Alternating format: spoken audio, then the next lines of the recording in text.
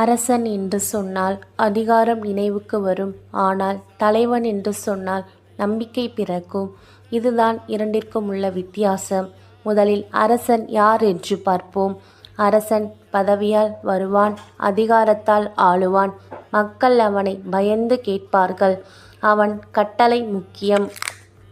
ஆனால் தலைவன் யாரென்று பார்த்தால், தலைவன் பதவியால் வரமாட்டான், அவன் செயலால் உருவாகுவான். மக்கள் அவனை நேசித்து பின்பற்றுவார்கள். அவன் எல்லோருக்கும் ஒரு வழிகாட்டியாய் இருப்பான். ஆம், ஒரு முன் உதாரணமாகவும் இருப்பான். அவன் முன்னால் நடந்து காட்டுவான், மக்கள் பின்னால் செல்வார்கள். இதுதான் ஒரு தலைவன். அரசன் மற்றும் தலைவன் இருவரையும் ஒப்பிட்டு பார்த்தால், அரசன் கட்டளையிடுவான், தலைவர் மோட்டிவேஷன் கொடுப்பார். அரசன் பயம் உருவாக்குவான், தலைவர் நம்பிக்கை உருவாக்குவார்.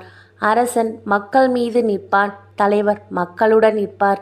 யார் மக்களுடன் நிற்பார் என்று உங்களுக்கு தெரியும்.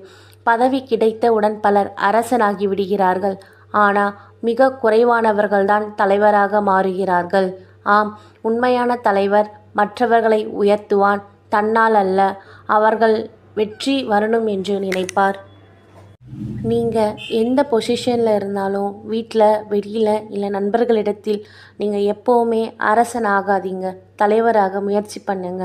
ஆமாங்க, அதிகாரம் கொண்டு ஆளலாம், ஆனால் அன்பு கொண்டு தான் வாழ முடியும். நன்றி.